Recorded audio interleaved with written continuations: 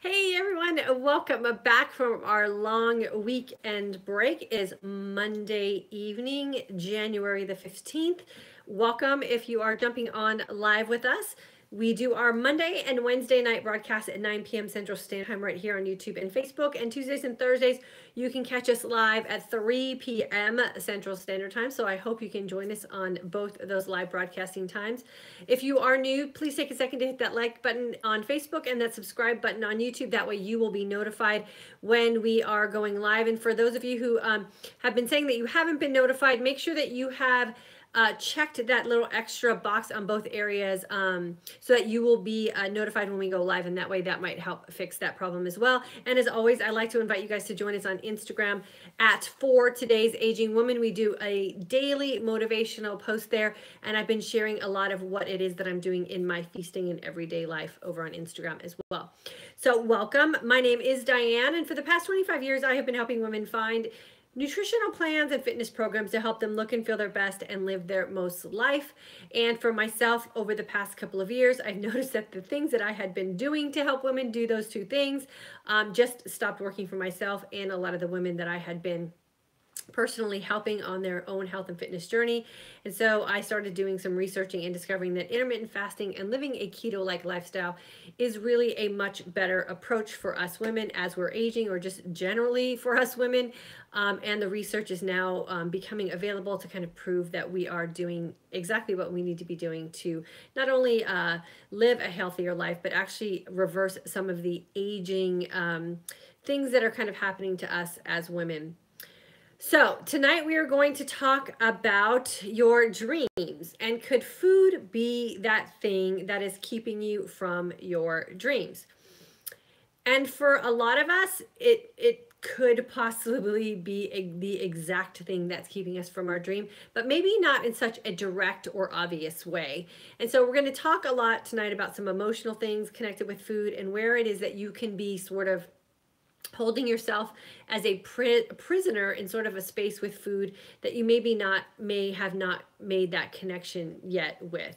So how can food be holding you from your dreams? Well, in order to make dreams possible, we have to be able to not only envision ourselves reaching that point of a dream, but we also have to kind of go into that with some energy, with some self-confidence, with some empowerment type of feelings, and with the belief system in ourselves that we can actually not only achieve what it is that we want to achieve, but we actually deserve what it is that we want to achieve in our dreams. And so I think sometimes we get so caught up, very realistically so, and I know I was there for a majority of my adult woman life. It took me actually getting to the stage of breaking down and realizing and accepting the fact that I'm an aging woman, and let going some of my past issues with food for me to really be able to break out as my own woman and achieve some of the dreams that I had set up for myself. And so this is where I want to kind of break it down for you and see if maybe you might be stuck in the same place. So, as women, we go from, kind of that high school era, wherever we were there, and we get an opportunity to kind of move out on our own. For me, that story led into not really knowing that where I was moving out of my house was going to be a good place for me. And so I went into the military. And the military was really a good time for me to kind of grow up as a woman. I've talked about that a lot here. I realized that a lot of the things that were holding me back in my, school years in high school, and kind of where I was feeling stuck out of high school, not really knowing what I wanted to do with myself, was, the thought that I grew up believing that I was shy, when the reality was I was just really kind of scared of my life. Went into the military, loved everything that I did while I was in there, but was a really lonely time for me because I didn't have a whole lot of family support. I literally was shipped away in the military, and I was kind of just on my own. When I came back from the military, came back to, a family situation that I wasn't really happy with, and always sort of turned to a little bit of obsessiveness, and then using food as sort of a way to kind of fix things by being a little obsessive about it. So I experienced what I call both aspects of kind of an eating disorder that for some amazing reason, I was able to sort of clue into and correct myself. But I used food as a way to punish myself and as a way to reward myself and as a way to celebrate, and used it in both aspects where I would use food as like a soothing type of thing or as a way to kind of drown out feelings I didn't want to feel. And then I would also kind of deprive myself of food and over exercise as a way to quick fix some things or gain some confidence in myself. So never really a healthy situation for me with food, and would kind of become an extremist in some cases with food. And so I don't know why I was gifted with this, but I thank God literally every day that I always had this sort of sixth sense about me where I kind of knew just about when I was getting myself into trouble and would be able to pull myself out. And maybe, that's why I ended up being in health and fitness for so many years, where I could kind of push things to the extreme, but then I always knew when I had to pull things back. So I never got to the point where I was really endangering myself. I wasn't really endangering myself in a physical way, but it was always that thing that I was endangering myself definitely in an emotional way and breaking myself down. And I think a lot of that, now that I can have hindsight to view through, is that I know that living in that scared space and living in that space of drowning out some things in food and then depriving myself of some things with food, that it always kept me in that place where I wasn't really confident and I wasn't really secure enough with myself that I could push myself to achieve some dreams. And it always came back to food, because food was that thing that was always there for me. It was that thing that, was there for me when I wasn't really happy, in my younger days, still living in my home. I wasn't happy when I was lonely away in the military. And it was in the military that I think I really started developing that sort of over-exercise mentality, because I was a group fitness instructor. And even when I left the military, I used group fitness as a way to support myself, and it was not uncommon for me to teach 5 or 6 aerobics classes a day. That's 6 hours of exercising, and then tell myself, well, I wasn't really exercising, I was teaching a class, so I need to go out and run 6 miles. And so that was kind of the course of how I lived my life. And then always worried about what I was eating so that I wasn't, I wasn't disappointing anybody when I stood in front of a class to teach. And so food was always that thing that just sort of held me sort of captive in my own sense of self-doubt and my own sense of not being worthy of anything. Yet it was always the thing that was staple for me. It was always that thing that was there for me when I needed it. So I had this really dysfunctional relationship with food and never really used food as a way to sustain my overall health and well-being. It was always something that I used that ended up being a really negative aspect of my life. And it wasn't until these last couple of years that I really started looking at food in a different way that it changed everything for me. Because when I got in control of my health and when I got in control of really realizing how I had been using food my entire life, and then making those connections with constantly hitting that wall of repeating the same mistakes over and over again and repeating the same bad feelings about myself over and over again, and realizing that that wasn't healthy either, right? And that it was that commonality of always being surrounded by food in those situations, and food in not a good way.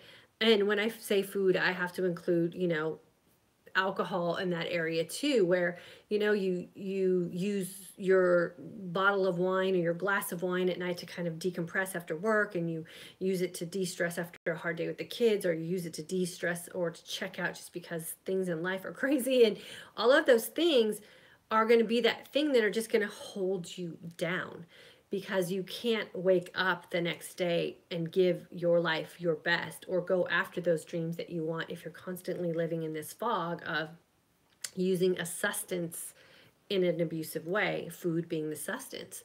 And it's really no different than any other kind of addictive type of or abusive type of relationship with anything else that we have in our life. It's just that food is just the more socially acceptable thing to abuse. And it did keep me really in a place of lacking confidence because I was always feeling bad about myself or feeling guilty. And I could never get out of those emotional traps of feeling so disappointed in myself because I was constantly failing.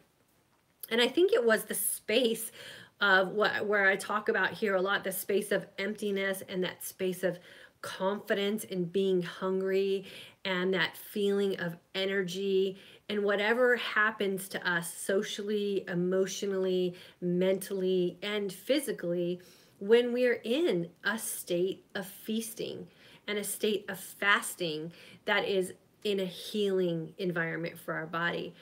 And I think it's that space of fasting where you really start to gain control of how it is you're using food, because you're purposely cutting it out of your life for a great, a major part of your day.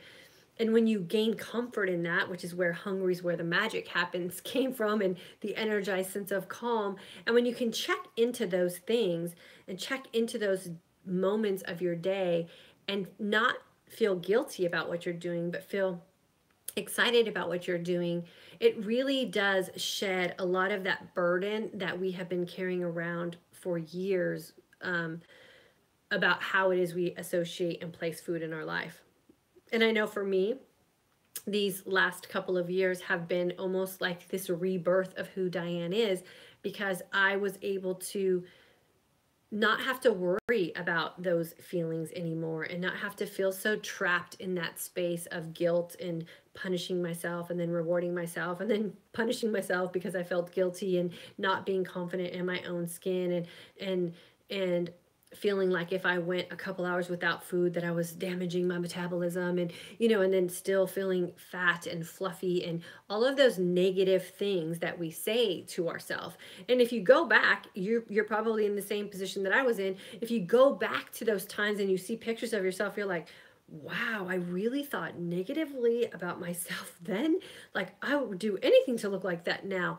But if you're in an ugly space with yourself in your head, because of the relationship that you have with food, which is a thing that you just can't avoid in our life, then you're just stuck in that space of negative in your own head. And if you can't think positively about yourself and you can't say positive things to yourself, then how is it that you're going to believe that you can actually accomplish your dreams? You can't ever have those feelings if you're constantly bashing yourself and you're constantly feeling negative about yourself. And that's where I felt like I was living for the past, I don't know, majority of my adult life. And I slowly came out of that as I started to feel comfortable in a state of emptiness. And there's nothing more empowering and nothing more freeing than being completely empty and alone with yourself and realizing everything's going to be okay.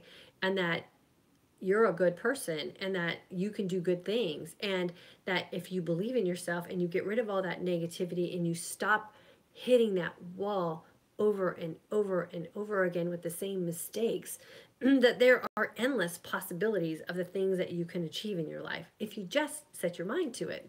But you got to clear your mind first. You got to clear your mind of all of those things that have been holding you back.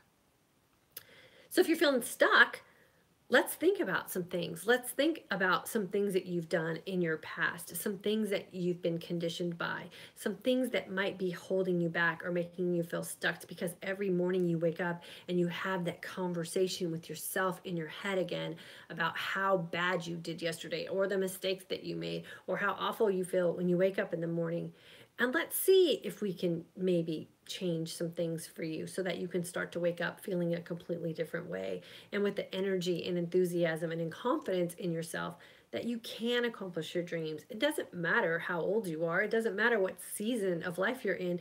We are in an era where we can have anything that we want to have. We can dream anything that we want to dream. But we have to be the ones that are responsible for clearing the road for ourselves. We can't depend on anybody else. And we have to make sure that we believe we deserve it and that we can believe, then we believe that we can achieve it. And to do that, we have to make sure we're healed. So in our course, we're talking about this week, we're opening up some conversation about the healed versus the healing woman. And, healing goes so much farther than just some blood work you get back from the doctor, albeit that's a great healed proof that if you went in sick and then you come out well, that you've done the work to heal your body physically. But a healed physical body is only going to last so long if you haven't healed your mind and your emotions about what it is you do around food and how it is that you treat your body to food. And if you haven't healed that aspect of things, it's going to take one bad situation in your life, or one stressful situation in your life, or one uncontrolled situation in your life that's going to throw you right back into your old habits and eventually throw you right back into a body that needs to go back through the healing process. So, is food that thing that's holding you from your dreams? Maybe not so much in a direct way, but in an indirect way. Does it condition you to think a certain way? Does it condition you to act a certain way? Does it condition you to settle with something that you may be less than happy with because it's what you feel like you deserve because of the certain place that you've put yourself in today? And do you want more? Is it worth it for you to put some legwork into it, put your head down and figure some things out? Maybe sometimes that means dredging up a couple of things from the past so you can let them go and free yourself of them. Like I said in the beginning, I don't know how it is that I was gifted this skill to be able to pull myself out of situations before they got too tough. But I was blessed with that sort of awakening about that skill that I have just a couple of years ago when I was really, really sick. And being able to take it to that next level of really deeply thinking about what was going on with me emotionally about food. Why was it that I was so stuck when I knew better? Like I'm a health and fitness coach. I coach women about this kind of stuff. I'm a certified nutrition coach. Like I know the science that's behind all this stuff. Why was I allowing myself to still fall into these traps with food and feel so sick? And so that's where I want you guys to think about this week and where you are, and is something so simple in the small thing, the small way of thinking at it, keeping you from your goals, because it is really not a simple thing. Anytime you put emotions into something, it becomes so intertwined and so complicated.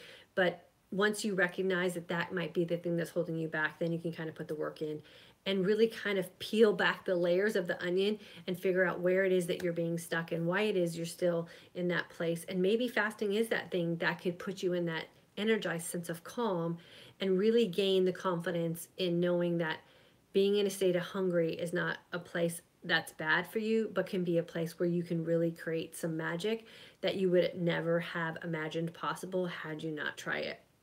So I'm going to go in and welcome all my girlfriends that are here tonight and say hello, and I will answer any comments and questions that you have for us. So let me see who we've got here. Cindy, hello. Debbie, good to have you here. Claudette, nice to have you. Catherine from Utah. Ginger from Idaho. Danola, good to see you here. Lynn Ann from the January group, 22-hour fast today. Congratulations.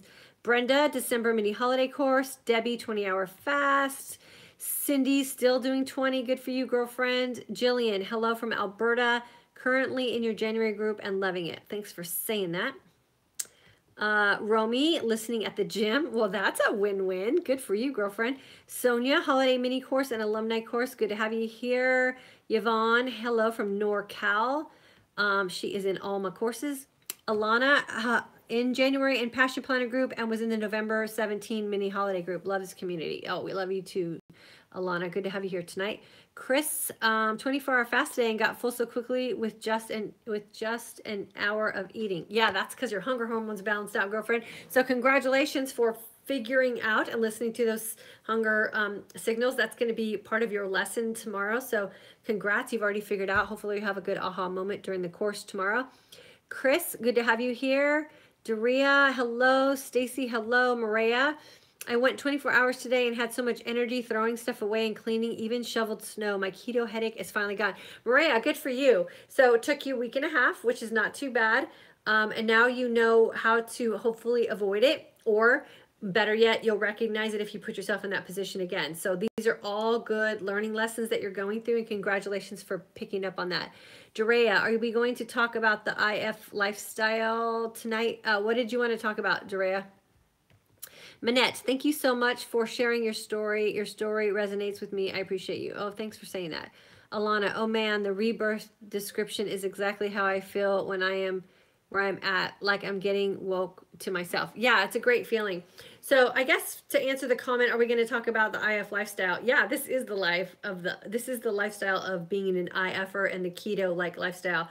When you put yourself in a position where you're comfortable for going many hours without food, but you're not depriving yourself, you're enriching yourself with a healthy decision to know that your body is intelligent enough to take care of itself. So this is the lifestyle that we live, and very much in line with our discussion tonight. Darla, good to have you here. Manette, good as you do now. I was insulin resistant. I was pre-diabetic. I think I had an autoimmune disorder, but I was scared to go get it like identified. I didn't want to go through all the whatever the doctor was going to put me through to try to figure it out. And I am pretty sure my thyroid was a little messed up. I didn't get that tested either. My doctor didn't want to test any of those things because she was like, yeah, you're in a state where everything's a mess. So I told her I was going off to go do some things nutritionally to fix it. And she said, I'll test you when you come back. And so when I felt more confident and I felt healed, she tested everything and everything was back to normal. So I am so happy with my doctor for doing that, because it's sort of like stepping on the scale, right? Like she did basic blood work, but she didn't want to put me into like an emotional tizzy with a bunch of blood work, proving what we both already knew. Yeah, those things were happening. And so she was confident that I knew what to do to fix myself. And she gave me like a year. And when I went back and said, okay, I feel so much better, I finally lost the weight, I feel like I've healed my body, and she's like, let's run some blood work. And that's what she did, run the blood work, and everything for me went back to normal. So it's like stepping on the scale. You don't step on the scale, or I suggest you don't step on the scale when you're feeling bad about your body or you're bad about your weight. You're just going to reaffirm what you're already feeling. Only step on the scale, or don't step on the scale, rather. Use your clothes as an indicator that you're being successful. Don't run the risk of stepping on a scale and having it give you a number you don't want. And the same thing, as long as it's not a life-threatening thing, or you don't feel something like is gravely wrong with you, get basic blood panels done, and then do the work to fix everything else until you're feeling better. And then that's when I say go back and get tested. Tandy, hello girlfriend. Andrea from Seattle, the last 4 hours of my 20-hour fast were really good. I was feeling the emptiness in my stomach, but a little voice kept saying, the magic is happening right now. I felt better immediately. You are in my head. Oh, I love being in your head, Andrea. And keep telling yourself that because that is where the magic is happening for you. Bridget, welcome. Chris, 20-hour fast today and had no problem. Awesome. And I love your little avocado emoji over there. Okay. Let's see, the Cali male doctor wanted to drug you up. Yeah, that's true. Thanks for reminding me of that, Michael. So in California, I had a different doctor, and I went in and talked about all the things that were kind of going wrong with me and how, I was feeling. And I walked out with a referral for a surgery I didn't need. I walked out with antidepressants and blood pressure medication. I was able to fix the condition that I had going on where he wanted me to have surgery. I did that on my own, didn't need surgery. The second one, I wasn't depressed. I was frustrated with night sweats and leg cramps and all of those things. So he said that they recently renamed antidepressants for menopausal women. So you wouldn't have the stigma of being on antidepressants. I guess maybe so you wouldn't have the stigma of being on antidepressants when you didn't need antidepressants. I don't know. But I wasn't depressed. I was frustrated. But he laughed at me and said, just go take them. And then his nurse went on to also say, just take the antidepressants and don't tell your family, and then see if they like being around you more after about 30 days. Really? And then the third prescription was blood pressure medication, and I didn't have high blood pressure. It was to alleviate my water retention issues, which is also known as inflammation, which was caused because of dietary things, intolerances I had in my body that I hadn't identified yet. So I would have had a surgery and 2 prescriptions I didn't need. They weren't even indicative of what the problem was, but that was the solution for me. So when I found this new doctor here in Texas, and she was like, I don't need to test your blood for your hormone imbalance or even your thyroid imbalance. She goes, just figure out what it is that's causing you to be imbalanced, and we'll test you if you feel worse or whatever you're doing isn't working. And so what a relief that I found a doctor that was willing to go that route, and it empowered me to do some research and figure out what was wrong with me. So yeah, quite a different approach for sure. Bridget, hello. Ate too much yesterday night. Sugar cravings are back. Yep, just fix it, girlfriend. Lori, good evening. August grad, alumni. So grateful I can join you tonight. Yeah, it's always good to have you here, girlfriend. Bridget in the January class. Tina, I feel like I wasted so much time and energy on food over the years and money, right? All those little snacks we had to have. Oh, it's crazy. Cindy, January 2018 class. Will we always feel hungry no matter how long you fast? I say yes and no. So I have days where I don't feel hungry at all. Like I feel like I could go days without eating. And then there's days where like I wake up and I'm like, oh my gosh, I can't wait to eat. And so I think, our bodies are constantly changing. Nothing's ever at like a standstill. Our body chemistry is fluctuating, our body temperature is fluctuating, our metabolic burn rate is constantly fluctuating. How you're responding to situations in your life stressfully is going to change things. How much sleep you're getting is going to change things. How nutrient dense your food is going to change things. How many carbs you had, how much fat you had. Everything's in a constant change. So you're gonna have days where you feel hungrier than other days. That's just the way it is. But I think it's how you deal with it that's gonna be what's gonna be the consistency that you need to reach for. And so just know that. And when I wake up hungry in the morning, I always consider that as something that I did the day before that was good for me. Like like if I have dinner that's just a plate of broccoli and cauliflower and an avocado, then I usually wake up that next morning feeling hungrier, but not like starving, weak hungry, but like energized hungry. And I always feel like that's because I put food in my body that was readily put to use, and now I'm ready to take on some more nutrients. And that's usually when I have a really good fasting day, as I wake up and get my body started. And that's why I start my day with this, a bottle of carbonated mineral water, because then it just kind of fills up that empty space and I feel fine. So yeah, the hungriness is going to come and go. How you deal with it will definitely change. So just keep an eye on that. Let's see. January student, and so happy I am. Shirley, thank you for saying that. Patricia, hello from Spokane. I agree with Tina. When I was thin, I unknowingly was on IF and lost the method as it was not talked about. Yeah. Cheryl, hello from Idaho. Can't wait for February class. Your message hits home tonight. Amen. And thank you for being so honest and sharing your story. My husband made sure I got your live chat tonight. Oh, what a great husband. Tell him thank you so much. And tell him, and all of you guys, I know we keep saying it, but there's always these stumbling blocks that Michael and I have to get through. And we're going to get his page up and running soon too, so you can invite your husbands to go listen to my husband's stories too.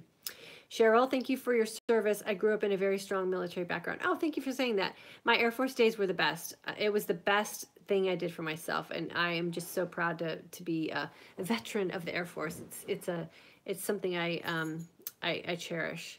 Pam from Fresno, LPN Keto, hello from Pittsburgh.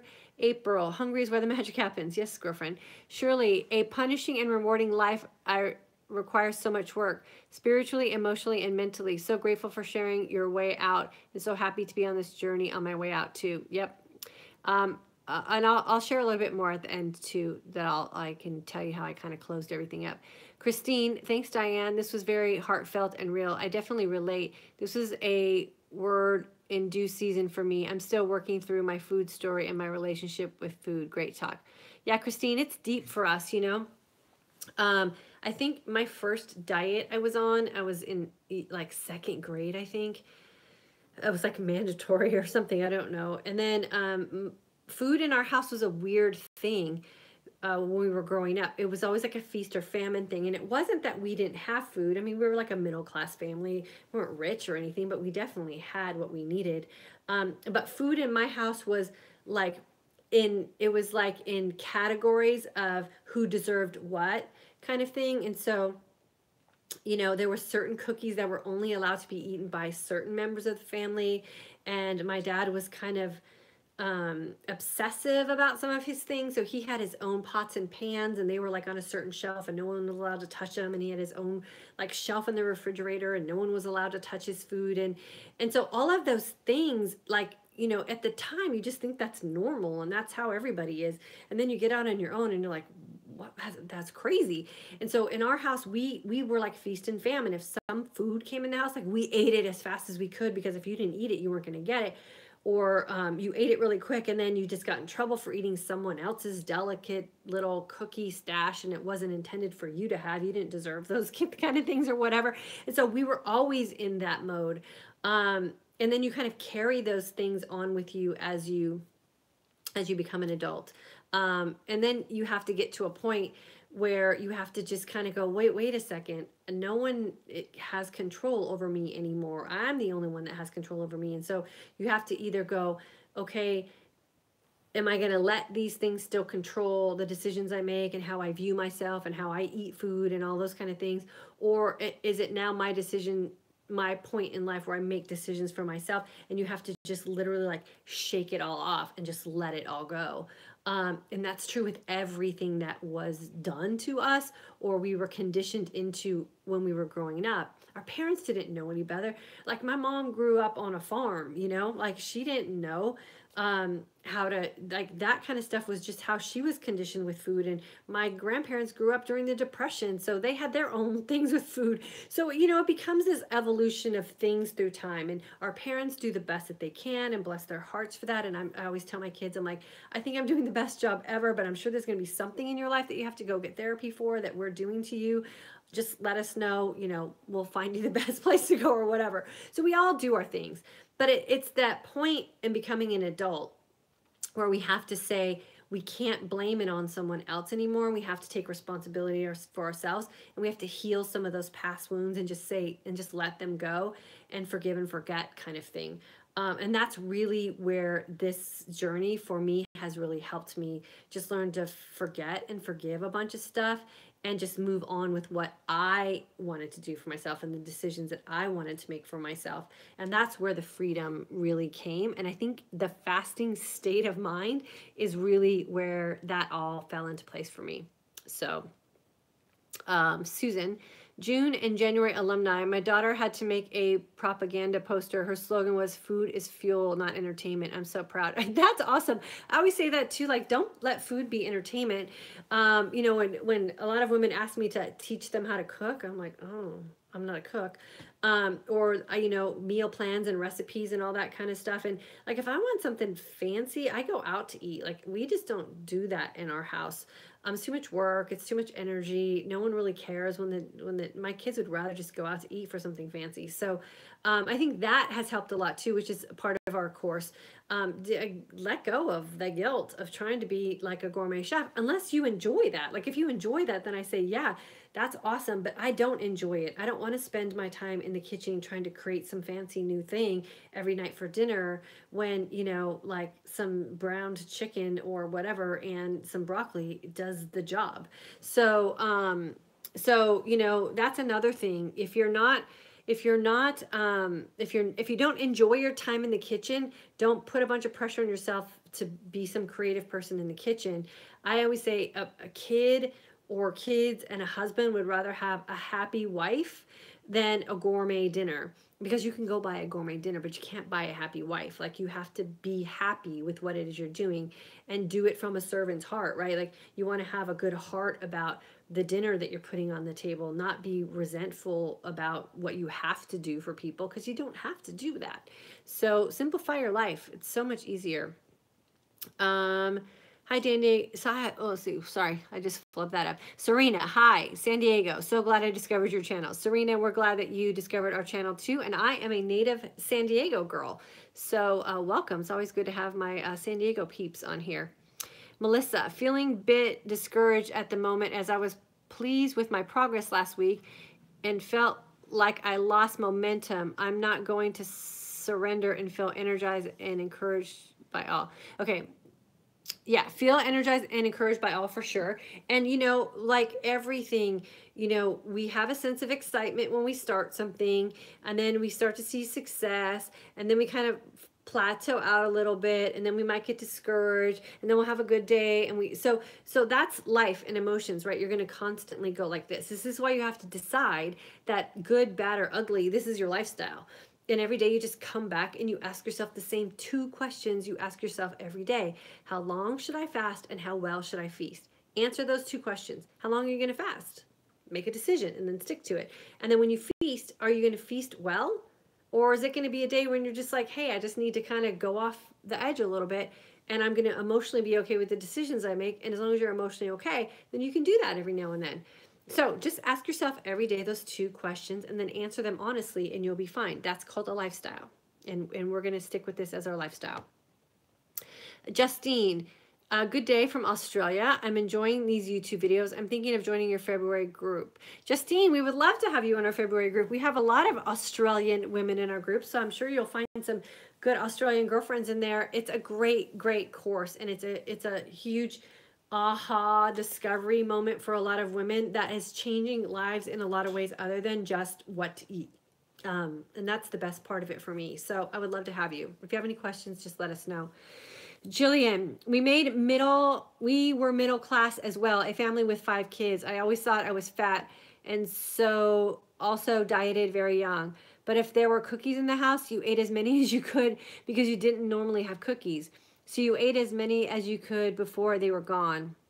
And that has carried over. I tried always having cookies in the house, but that didn't work so well. Just ate more. So yes, I have some healing to do where food is concerned. Jillian, I'm right there with you, girlfriend. That's why I say feast or famine, right? Like if you didn't drink the Pepsi from the liter bottle in the fridge in time, then it was going to be an empty bottle in the trash. And if you didn't eat the cookies as soon as they got home from the grocery store, no one was going to save you any. And that's just the way it was. And so the treats and the snacks were the thing that we grew up on, kind of gorging ourselves, because we were just conditioned that it was like, you better get it before someone else does. So Jillian, I was in the same house. We had only 3 kids, but the same kind of mentality was in my house as well. Debbie, my husband is a carnivore, and I am beginning to believe I eat way too much protein. Yeah, Debbie, you might be. We over protein ourselves. A lot of us women do, men do as well. So the best thing that you can do is just start buying less. So your grocery habits should start changing as you're picking up this lifestyle. What we would do in our house so that we could even buy better quality, we don't eat red meat, but we eat chicken and turkey, is I would buy 2 organic, free range, whatever the descriptions are now for the best chicken that's out there, chicken breasts. So 2 were like $9 or something, and we have a family of 4. So I would split them down the middle. So I would butterfly each breast, so everyone got like a half of a chicken breast for dinner. And then as I started kind of weaning off protein, then I would take that, so it's basically like a half of a chicken breast, and I would cut that in half. So you just slowly start cutting back on your portions, and you have to start by buying less. So there's less to prepare and there's less to serve, and then that way you just have less to put on your plate. And then eventually it get to the point where you might just buy something for your husband and you don't even buy any meat for yourself, and then you just have everything else that he's having, and you can skip a couple nights a week with no meat. And you don't even have to go like, and don't fall into the trap to think that you have to be this perfect vegan. You don't have to be that either. I just choose a few nights during the week where I just don't eat any meat protein, and I just have vegetables and fats. And then there's some nights where I'm like, oh man, like a piece of salmon would be awesome tonight. And then I have a piece of salmon. So just know that you don't have to have a meat protein with every meal every night of the week. You can skip a couple nights, and the best thing to do is change your grocery shopping habits, change your cooking habits, and then your portion controls will naturally just slim down, which is the best way to do it.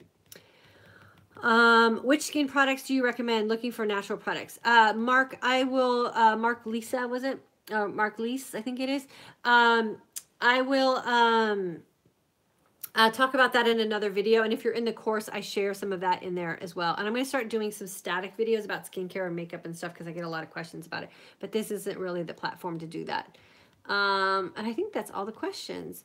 Tandy, Is it okay to fast a day after 100 grams of carb fruit binge, or should we eat clean one day first? I'm insulin resistant, by the way. Okay, so Tandy, if you're insulin resistant, the best advice I can give you, and this is what I had to do for myself, is eliminate fruit from your life. Fruit is, in the whole food pyramid thing, fruit should be considered dessert. And you should eat fruit as often as you would eat dessert and get the results that you want to get. And that was a really hard thing for me to kind of grasp until I became pre-diabetic and insulin resistant. And what I did is I created boundaries for myself around fruit, and I did it this way. I only had a green apple on Tuesdays and Thursdays, and I wouldn't eat any other fruit during the week at all. So Tuesdays and Thursdays, I allowed myself to have a green apple, and I had it with peanut butter, and that was sort of like my treat. Now I don't eat fruit at all, and I don't even miss it. So binging on fruit is like binging on your kid's Halloween candy basket. Like, in your body, it has the same net result. It's a sugar overload. So if you're insulin resistant, you have to get that sugar out of your life, and the best thing to do is stop eating fruit altogether. And if you can't control yourself, it is the best thing to do is just don't buy it. Don't bring it in your house.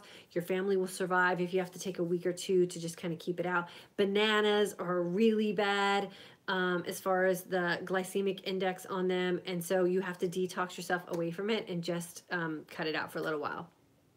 So yeah, I would say you want to fast for sure, but you have to fix the problem. Like, why did you binge eat a bunch of fruit? And if you can't fix that problem and can't kind of break the sugar habit of reaching for fruit, then you're going to always have that battle with insulin resistance. So you have to go, that goes back to the why. Why are you binging on fruit? Why is it that you feel like you need to eat fruit? And then you'll be able to kind of get yourself out of that. Susan, once we changed to good quality meat, we found that we were satisfied with smaller portions. Yeah, that's true too. Because meat's not a bad thing, but if you don't feel good eating meat, then that's that thing you want to look at and think about why it is you have so much in your life. And then make sure that, yeah, that's a great point. Make sure you're getting good quality meat, because if you're spending more money on it, you're probably less likely to make as much too, because then you have the potential of wasting it. So get grass-fed, grass-finished, beef. You want to make sure that your chicken, is free range, organic, no hormones, no nitrates, no additives put in it, any of those kind of things. And like I said, for a family of 4, I wasn't going to spend, $20-something on chicken breasts for dinner.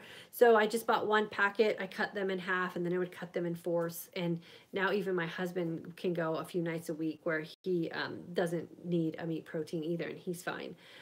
So yeah, we don't need it as much as we think we do. Okay, I think that's all of the comments. Let's see. I got that one. Got one. Chris, are there other names for soy in skin products, or will it always say soy? As far as I know, I think it always says soy, soybean oil, soy lecithin. I think that's it. And I think they have to list it because it is an allergen for so many people. It's like dairy and wheat and all those kind of things. So, the best thing to do is read the allergen label. If you don't find it there, then I scan up to the ingredients label. And if you're in my course, I was out shopping today and I took a bunch of pictures of really healthy looking food when I was shopping, and they're all soy identified. So I'm going to put those in the course somehow. I think we'll put them in a PDF or something for you guys, so you'll see how you get tricked a lot. Unfortunately, my husband does the grocery shopping. We are eating good quality meat, free range, grass-fed, organic. I said, why do you say unfortunately your husband does the grocery shopping? Can you send him with a list? Debbie? Thanks everyone for joining me on YouTube tonight. I appreciate it. And I appreciate all your comments too. You guys on Facebook as well. Okay, well, I think I am going to cut out for tonight. See, it's 9:45. We've been here for 45 minutes already. Let you guys go. Remember, you can jump on live with us tomorrow afternoon at 3 p.m. Central Standard Time. We have a great new topic tomorrow. We're going to talk about a new fasting trend that's out that I'm going to kind of share with you guys my thoughts on it and a little bit of research that's been done to kind of back it up and let you guys know what I think about trying those kind of things. So that's tomorrow at 3 p.m. It will be housed here as a recording if you can't catch us till later. So both YouTube and Facebook will have the video posted after we go live tomorrow afternoon. Thank you so much for jumping on with me tonight, you guys. I will see you guys tomorrow afternoon. Always feel free to post comments and questions after the fact. I will go back and review them and answer them sometime tomorrow. Have a super night, you guys. See you later.